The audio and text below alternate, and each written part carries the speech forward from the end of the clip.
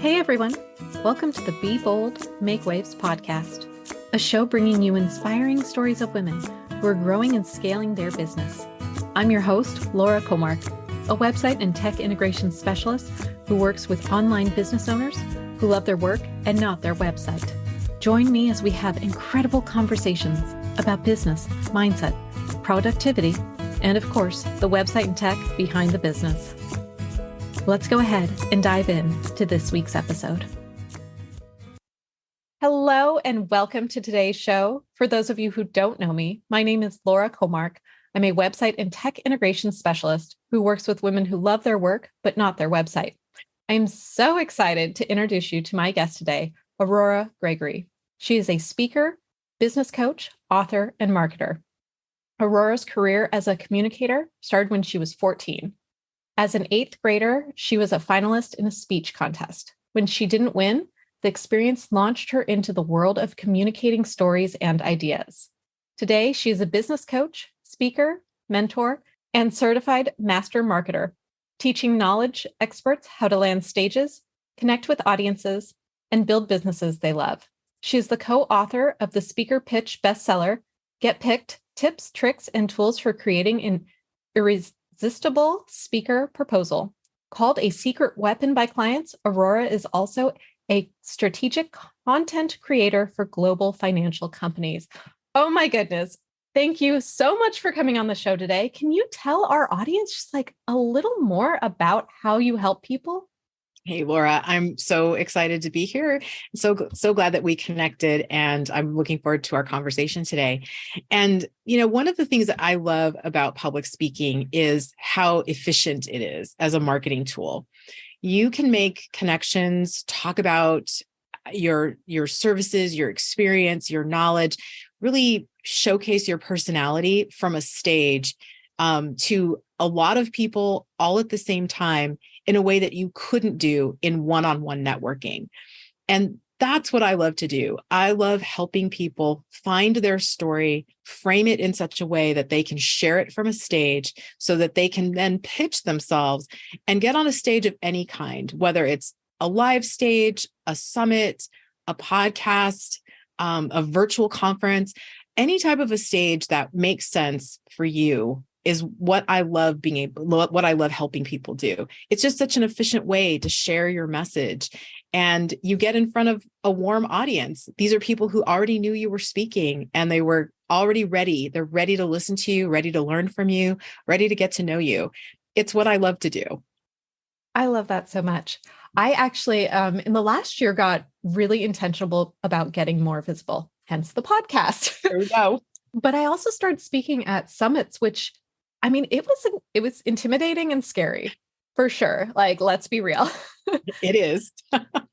And I would love to know, as someone because I love finding out wonderful, useful information for myself and getting over some of my visibility fears.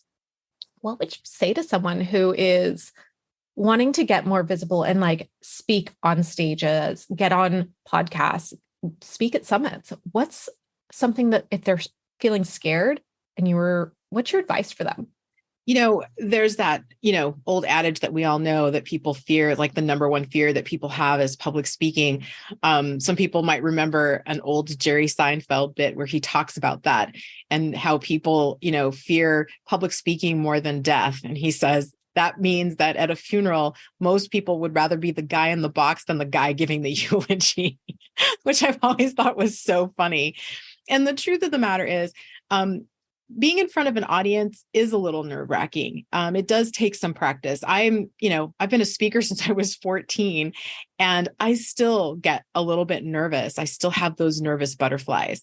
But I think the thing that's important to remember as you try to kind of wrestle those fears to the ground is a couple of things. One, no audience shows up and is looking to see a train wreck. Nobody sits down to hear a speaker and say, oh, I hope this woman just bites it at the microphone. They don't say that. Your audience is always for you. They're looking for you to do well. They're looking to learn something, to get a new perspective on the topic that you're there to talk about. So always remember, your audience is on your side. So if you can remember that, whether you've got 5 people, 10 people, a virtual audience of 300 people, all of those people are for you. They're not against you. And second of all, there are things that you can do to kind of reframe and kind of harness that nervous energy so that instead of it maybe hindering you from giving a great performance on the stage, you can use it to kind of amplify and let it motivate you and push you to actually a greater performance. I'll share one of my tips for dealing with my nervousness. And so it's a tip that works, I would say, best in real life experience, a live stage, but I've also used it in virtual experiences as well. One of the things that's so hard for us is that we're in front of a room full of strangers. For the most part, we're not going to know the people that are coming in to hear us speak. So what I like to do is come to my speaking room, or making sure that I'm present in the virtual room well ahead of when people start to arrive. And I want to introduce myself to those early arrivals. I go and introduce myself. I ask their name. I share my name. I let them know that I'm the speaker that day. I ask them, so what drew you to this session? I just make some conversation with them. And what I'm actually doing is making some friends, because when you're talking to your friends, it's a lot less scary. Once the audience starts to fill in, and that's not as easy to do anymore, what I make a point of doing when I start my presentation is I make a point to speak specifically to Susan and Jerry and Leslie, who I just met and are my new friends. I speak specifically to them, let that nervous energy kind of work itself out, because I'm talking to my friends, and then I can expand my vision and speak to the entire audience. No one needs to know I'm doing this, but what it does for me is it allows me to settle myself down, focus on some key people, and then use that nervous energy to kind of launch into speaking to the broader audience once I get into my flow. That's a tip that I've used. I still use it today. I've probably given that advice and used myself for probably close to 15 years, and it works for me every time. I love that so much because, yeah, definitely, like at the beginning, that's like the hardest part. And then once you get through and get into your groove, it gets so much easier as you're flowing through it all. It really does. And one of the other things too that I would, just really encourage people to do is try not to have a new presentation every single time you have an opportunity to speak. Develop a couple of signature talks, like have one core talk that is yours, that if anyone ever asked you to speak, it's the first one that you pick. Then you might have a couple of others in case they ever ask you to come back or they need something that's a little bit different. But have that one core talk, because what that does is allows you to become really expert, get some really solid practice on that one presentation. And that's the other thing that you need. People will talk about getting your reps in, getting that repetition down. You need some practice and some good rehearsal. You should always rehearse before you give a new presentation, but having that multiple experiences of giving your signature talk will make it a lot easier to settle those nerves down right at the beginning and get into a flow of what it is that you have mastered being able to talk about. Oh, I love that. That's such great advice. I think I have 2 main talks that I've been doing, and then I do have a new one that I'm putting together for a specific audience for a summit I'll be speaking at in March of 2023. That's wonderful. Something else that I feel like I hear from other colleagues is they get nervous about saying or like, or just those filler words. And I know some advice, and I'd be curious to hear your thoughts on this as well. Because what I've told my friends is just be real, be you. Don't worry about it, because I know I don't necessarily notice when people do that. And when I do hear people make mistakes, it makes it feel more relatable.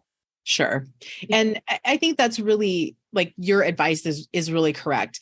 it's normal for us to have the term for those filler words are vocal tics. And generally speaking, we fill in space with vocal tics when we're not sure where we're going next. Our brain is trying to figure out like, what are you going to say next?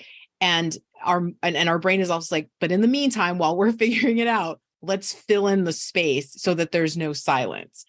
So a couple of the ways that you kind of deal with those vocal tics is, one, everybody has them and it's very normal. For people who feel like they say them all the time, and I've certainly heard speakers and it's like, oh, there's a lot of that. Generally, that means this presentation is really new and you haven't had enough rehearsal time. So you're trying to kind of follow your slides while thinking about the next thing you're supposed to say and what's coming up next in your outline. And so your brain is trying to do all of these different things. And while your brain and your mouth are trying to connect, and like is what comes out. So one of the things that helps that is repetition and practice. But two, you really give yourself a break. If you're not a robot. So every time you give even a presentation you're super familiar with, you're probably not giving it exactly the same way every single time. So give yourself a break, have some grace for yourself. Look at your performances. If you have an opportunity to look at those recordings, like look at them, listen to them, maybe have a coach. One of the things I offer people is a performance review. Have someone take a look at it and give you some meaningful, honest, constructive feedback. But don't beat yourself up over it. There's definitely ways to fix it if it's excessive, but recognize that it's a vocal tic that your mind is using in order to fill space. And so once you can get your mind clear on where we're going next with what we're going to say, those vocal tics come down a lot. I love that so much. It's inspiring is really what it is. Because that is the thing I hear the most. I have friends that'll be like, oh, I don't want to speak at something because I'm like, I don't even notice. You say like all the time. I had not even picked up on that because we are our worst critic for sure. Absolutely are. We are the worst. And I know, whether it's a speaking performance or looking at photos of ourselves or, some other thing, we are the most critical of ourselves. That's why sometimes it's really helpful to have someone, even just a good friend, can you watch this, or can you come to my virtual event and can you just watch it and for feedback, not so much to attend the event, but can you just come to give me I can have someone give me feedback afterward. It's really helpful to do that because we just can be the hardest on ourselves. Absolutely. I would love to kind of go back a little bit. I know we jumped right into that. I've been so excited to talk to you about all the fun things speaking, but can you tell a little bit about your story of how you started in the online space with your business? Yeah, I was actually just telling this story recently. I was actually part of the first .com world in the late 90s, early 2000s.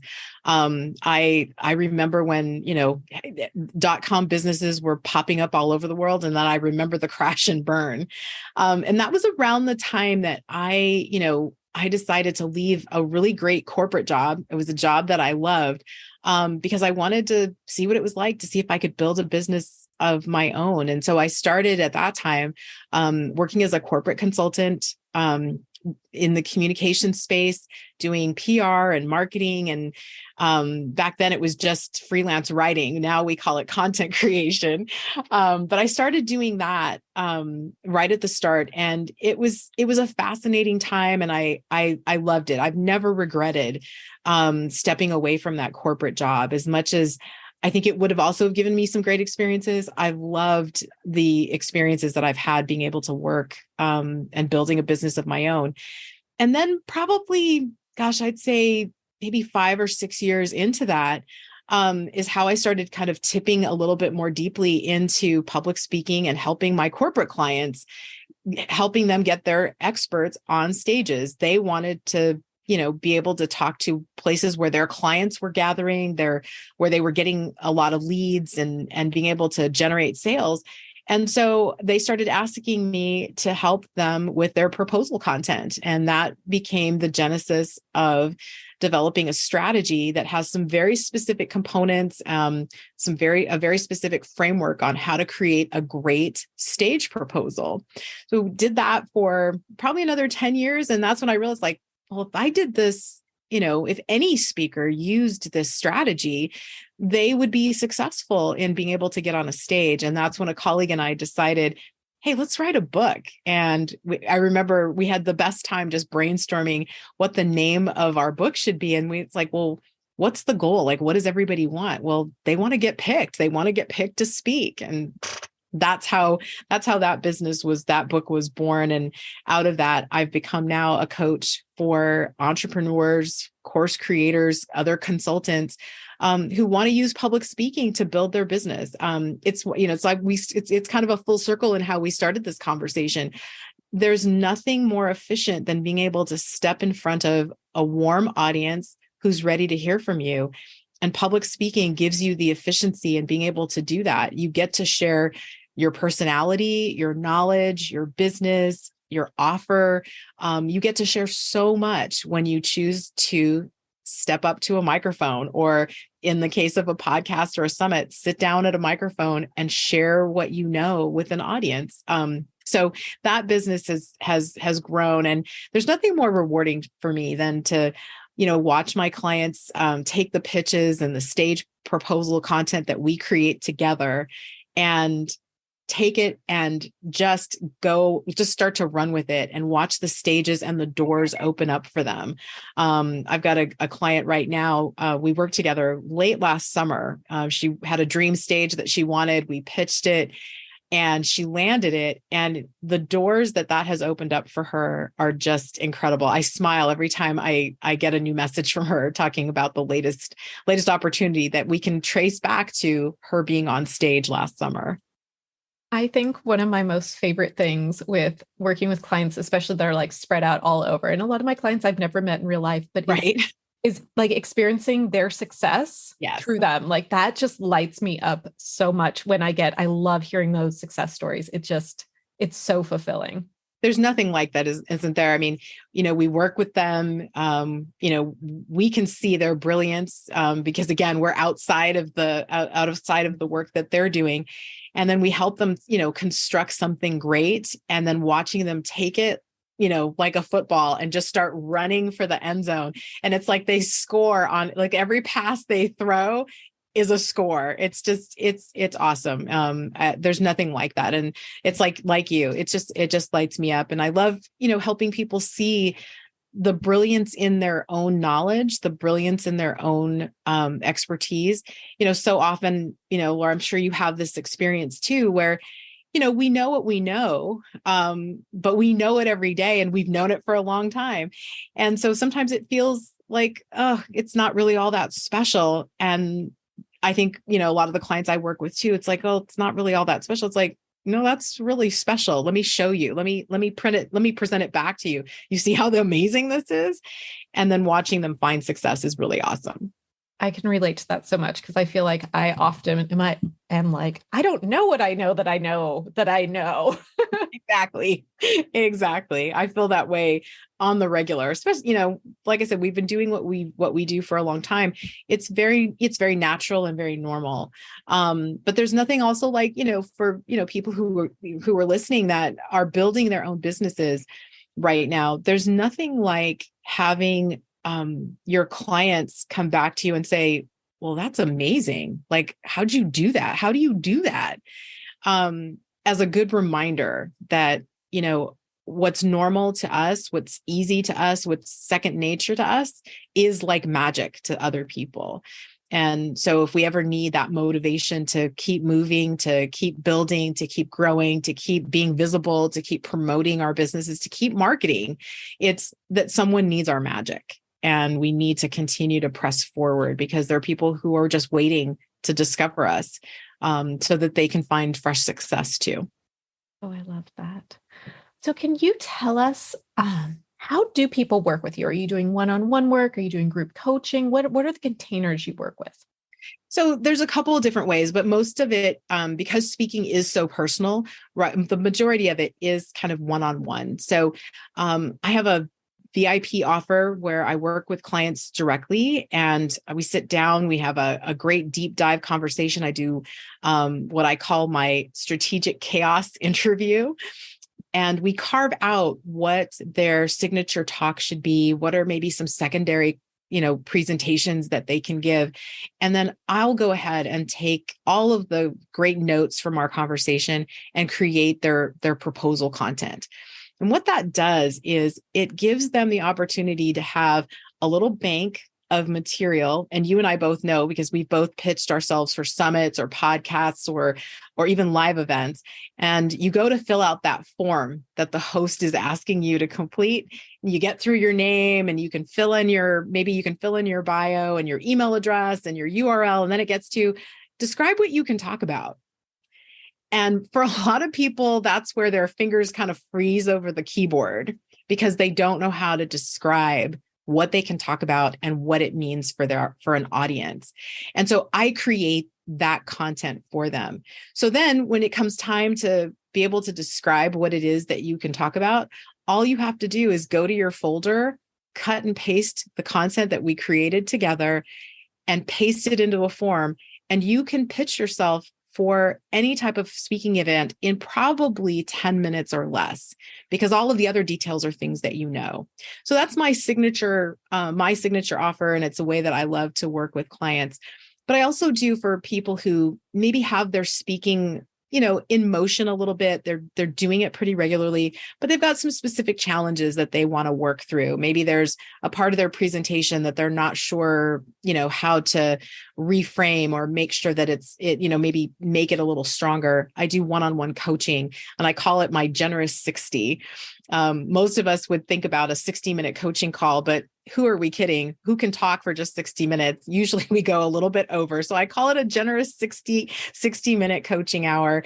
And you can bring a specific problem or a presentation or an issue that you're dealing with in your speaking, and we'll work through it together. We'll record it, we'll take some notes, and we'll make sure that you have all the tools that you need to be able to kind of resolve that issue so that you can keep going. And then the last kind of personal service that I offer is a performance review. If you have a recording of you speaking and you're really wanting to, get better at presenting.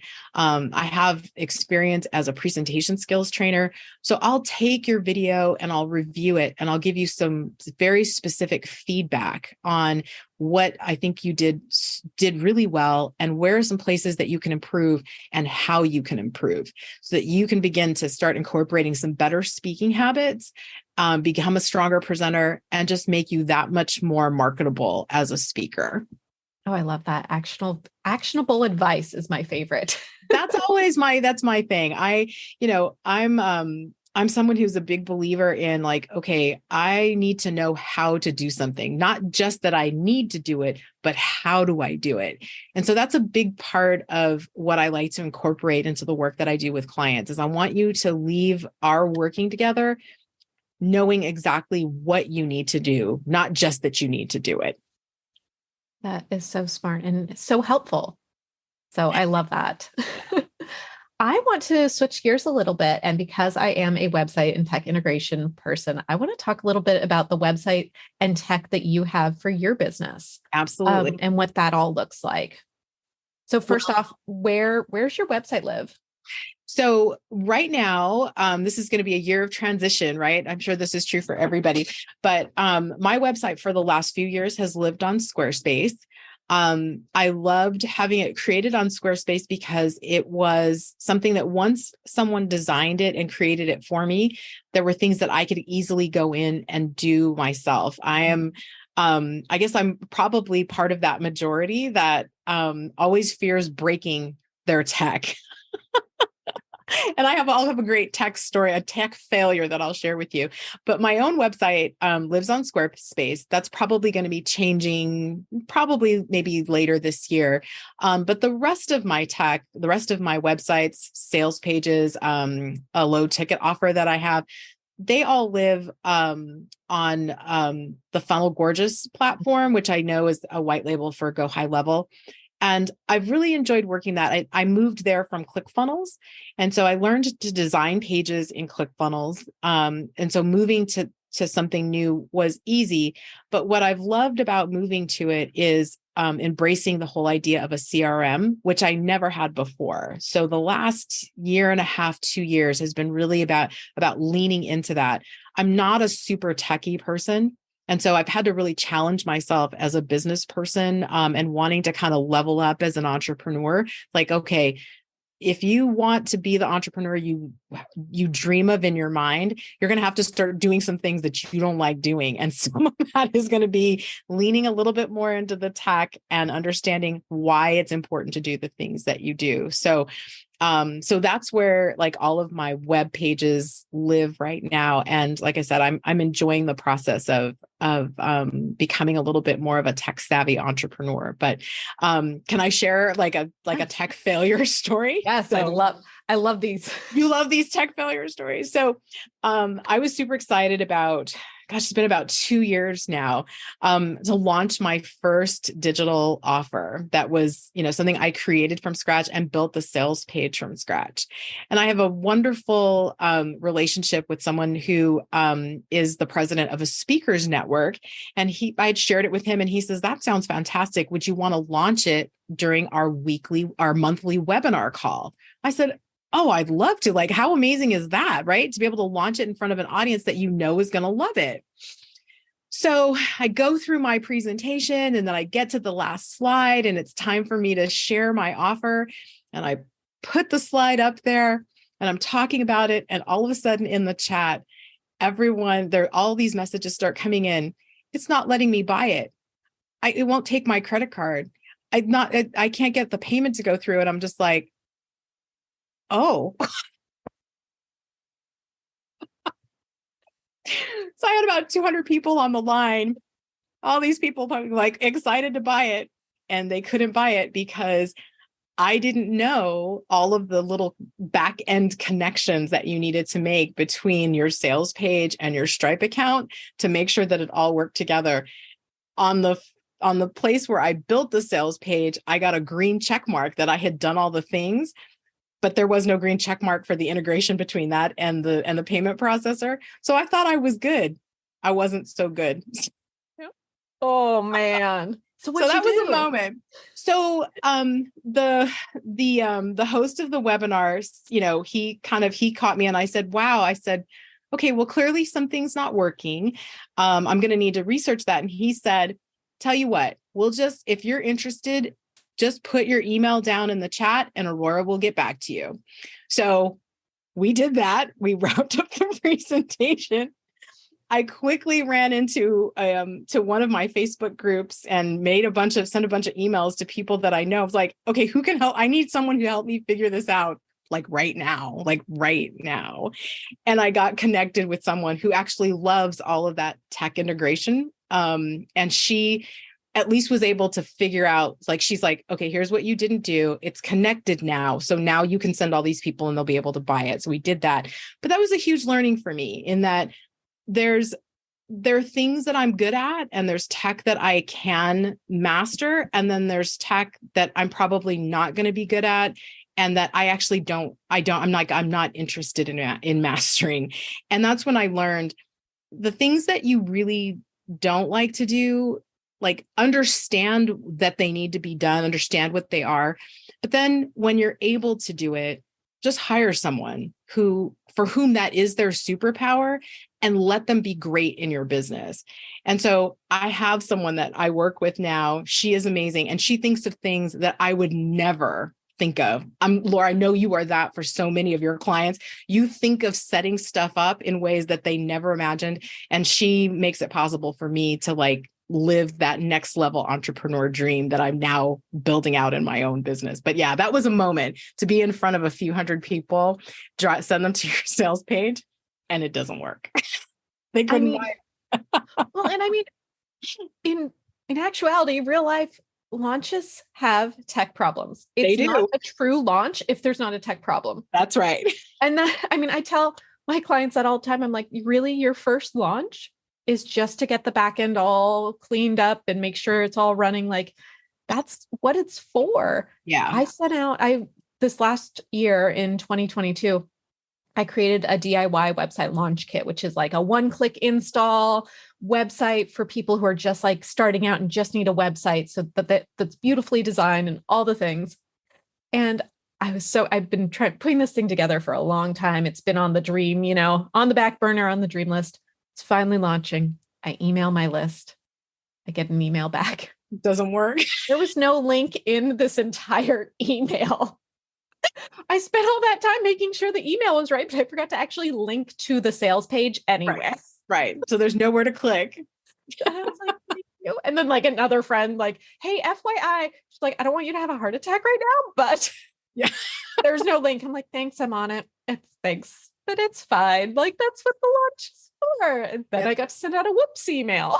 Exactly. And so you're either like, in this kid's situation, in my situation, we did ourselves in. And then sometimes it's other people. Like I've got a friend who's launching today, and her hosting platform, they're having a big problem today, and websites cannot be accessed consistently.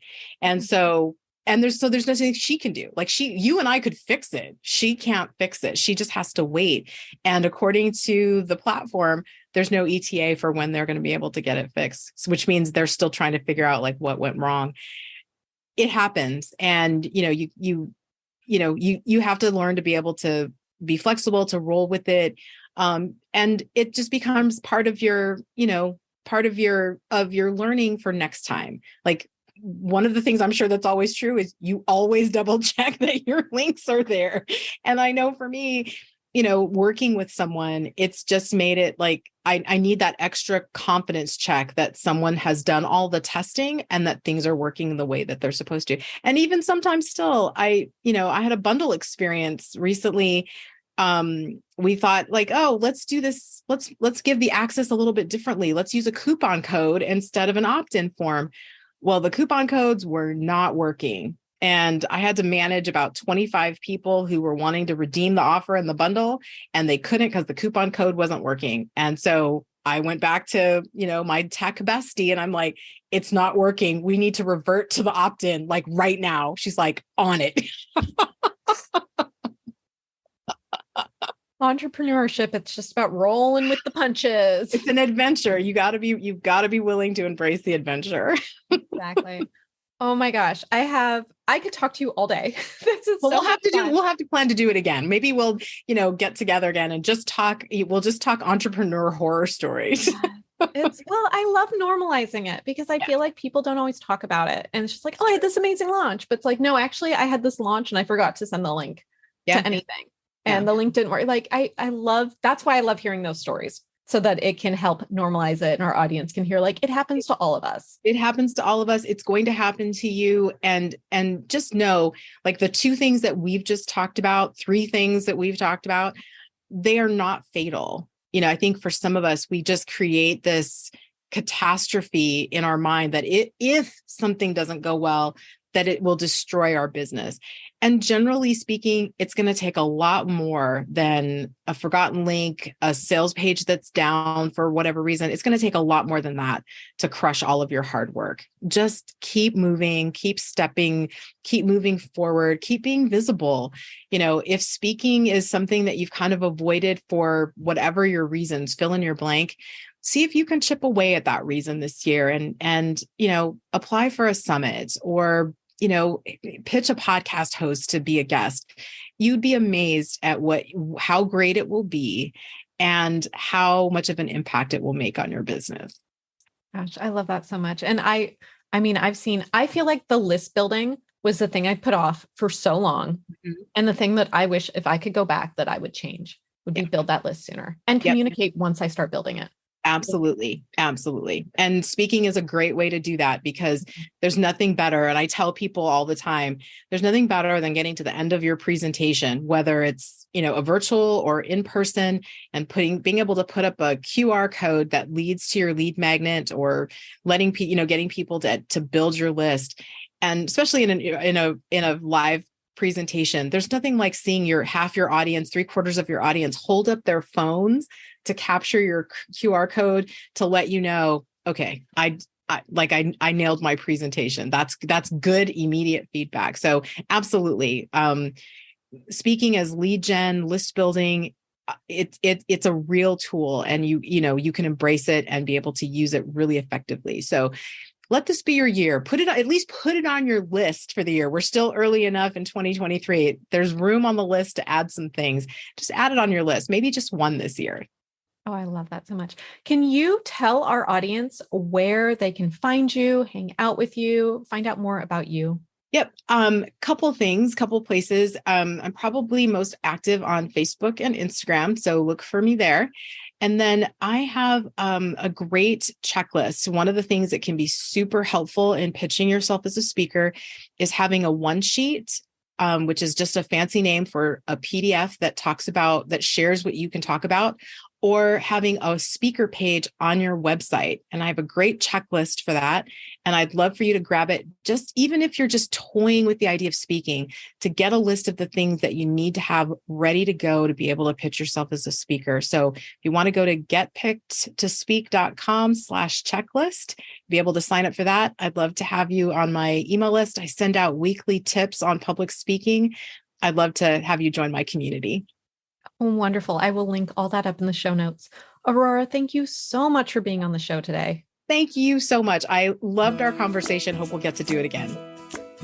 Thanks so much for listening to this week's episode. Be sure to check out the show notes at lauracomark.com/podcast. And if you're ready to turn your website into a marketing machine, get more sales, save time, and simplify the back end of your business, grab my free resource, Power Integrations for your website. Head on over to lauracomark.com/power. Thanks so much for listening. We'll see you next week. Bye now.